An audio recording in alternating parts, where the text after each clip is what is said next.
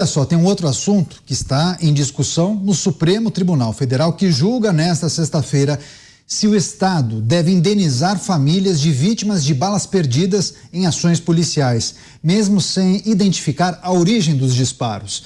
Até o momento, a corte está dividida.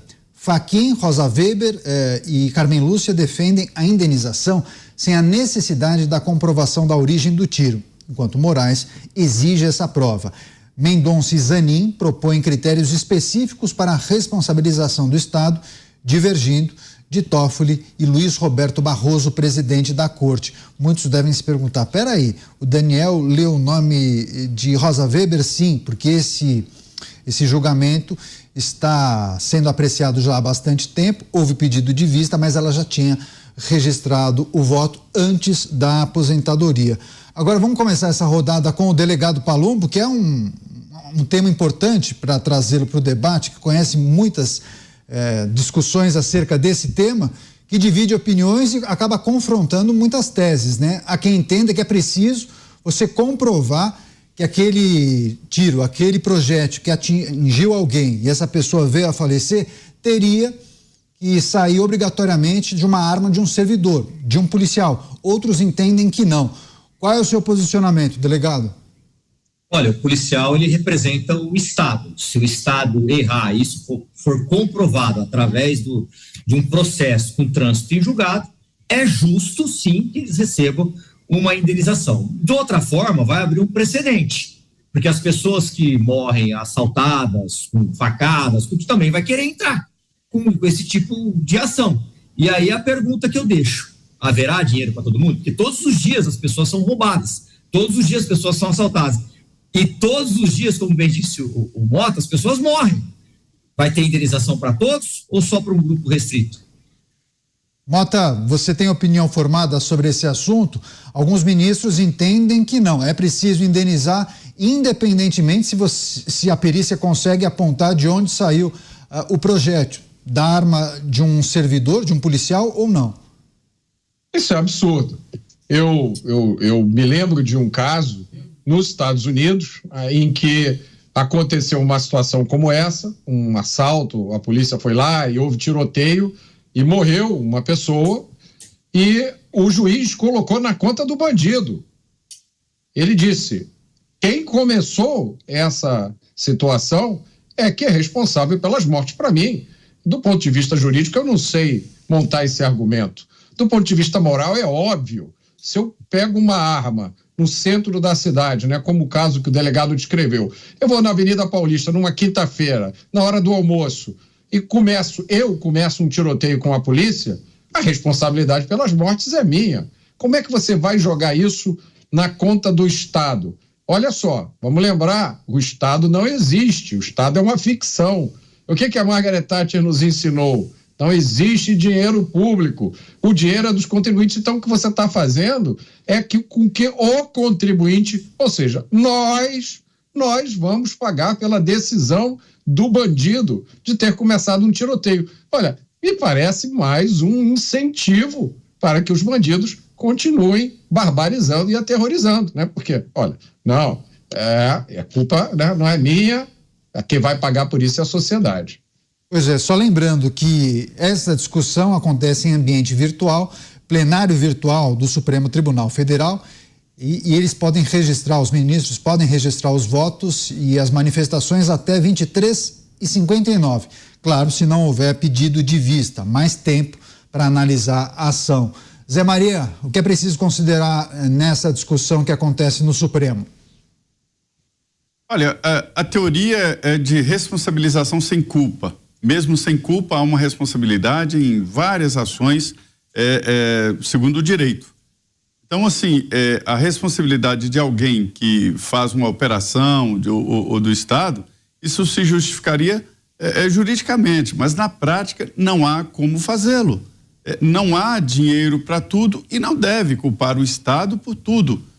Veja bem, na teoria, quando você anda numa estrada e tem um buraco e você quebra o seu carro, você deve cobrar do Estado, porque você paga para ter uma estrada perfeita, paga impostos e tudo.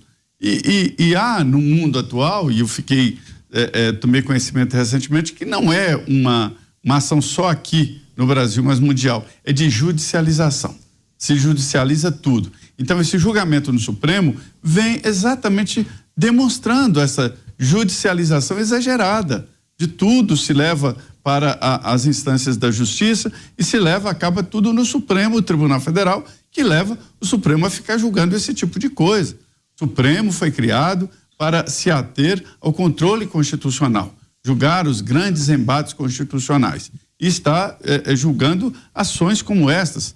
Eu entendo que isso aí é para ser julgado caso a caso. Não há como fazer um explanamento geral com repercussão geral de todas as ações contra o Estado.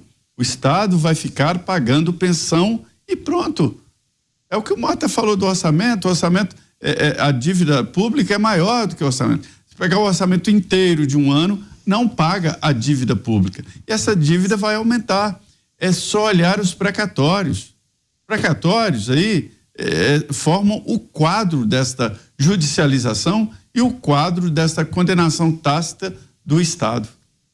Pois é, vou até dar um toque na produção. A gente acabou de receber a confirmação que o STF acabou negando que o Estado deva indenizar as famílias das vítimas de balas perdidas. Só trazendo a informação, o relator, então, Edson Fachin, foi voto vencido, né? Porque ele apresentou a tese de que não haveria necessidade de você comprovar que a bala teria saído de uma arma de um servidor público. Então, ele foi acompanhado nessa defesa, nessa tese, por Gilmar Mendes, Carmen Lúcia e Rosa Weber. Relembrando, ela registrou o voto antes da aposentadoria. Já Alexandre de Moraes, André Mendonça e Cristiano Zanin divergiram do relator. Mendonça, que havia pedido vista, votou para que o Estado seja responsável pela morte quando a perícia for inconclusiva, desde que se mostre plausível o disparo por agente de segurança. Ele foi acompanhado também por Dias Toffoli. Enfim, a gente vai acompanhar a conclusão, porque muitas vezes o ministro pode até alterar o voto dele até o término do prazo 23h59. Mas, por enquanto, o Supremo forma a maioria para negar que o Estado tem o dever de indenizar as famílias de vítimas de balas perdidas durante operações policiais. É o seu entendimento também, delegado Palumbo? Lhe parece a teoria mais adequada? Sim, me parece bastante razoável essa decisão, né? Como disse o Mota e o Zé Maria, não dá para o Estado ser responsabilizado por tudo. Todas as pessoas são roubadas todos os dias, em todas as cidades do Brasil, as pessoas são mortas todo dia. E quem é que vai pagar essa conta? Não existe almoço grátis. Alguém vai pagar. Isso vai vir através de impostos, através de arrecadação. E aí é um dinheiro que a gente vai deixar de aplicar em saúde, em segurança, para ficar indenizando milhares de pessoas. O Estado não pode ser responsabilizado por tudo. Claro, houve um erro comprovado judicialmente, com trânsito julgado, cometido por um agente público que representa o Estado, perfeito a indenização. Agora, um bandido, como diz bem o Mota, resolve matar, resolve estuprar, resolve cometer barbaridades, e aí toda a população vai pagar por isso? Não me parece razoável. Eu acho que a decisão do Supremo foi bastante assertiva. Pois é, relembrando que ainda falta o voto do ministro Cássio Nunes Marques, mas reforçando, o STF já formou maioria contra a indenização. Quer fazer um complemento, Mota? Eu acho que a gente nunca deve ignorar o aspecto moral dessas decisões. Eu fico muito incomodado com a discussão jurídica que parece um debate de uma sala de aula do curso de Direito. Parece que a gente ignora que nós estamos lidando com pessoas, com gente de carne e osso. E eu fico imaginando, né, as enormes dificuldades que a polícia já tem hoje para livrar as comunidades da tirania do tráfico de drogas. Imagine uma decisão como essa. É praticamente uma proibição de operações policiais em comunidades. Por quê? Uma comunidade, pela própria característica da topografia e pela decisão dos traficantes de usar a população como escudo humano, essa é a estratégia deles, você não tem como garantir que não vai acontecer um ferimento em alguém, uma morte de alguém. Então, uma decisão como essa seria dizer para a polícia, olha, esquece, entrega as comunidades definitivamente ao governo do tráfico de drogas.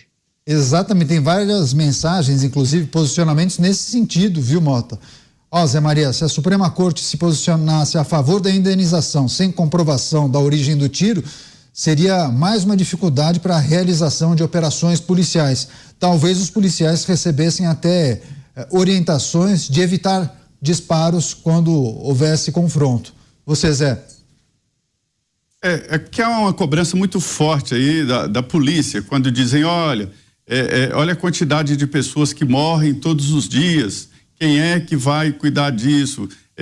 Tem que lembrar, essas pessoas que morrem todos os dias podem no futuro entrar com esse mesmo argumento dizendo, olha, aqui na Constituição diz que o Estado tem que dar segurança e não está dando segurança, portanto o Estado pode ser culpado pela morte das pessoas e também por roubos, por assaltos, já que a lei e a Constituição determina que o Estado tem que dar a segurança. A gente vê isso todos os dias, o mesmo argumento na área de saúde, porque lá está que a saúde é um direito do cidadão e dever do Estado. E aí entram na justiça por um medicamento que custa 12 milhões de reais. 12 milhões de reais. Uma vez eu falei com o ministro do Supremo que deu uma decisão assim, o ministro Marco Aurélio, ex-ministro agora, né? Ele disse que mudem a lei, mas a Constituição diz que é o direito do cidadão e o dever do Estado.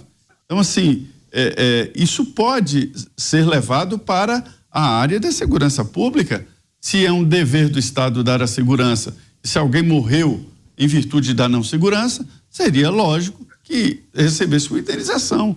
E onde iríamos parar com tanta indenização? Já existem muitas e muitas indenizações, virou uma fábrica.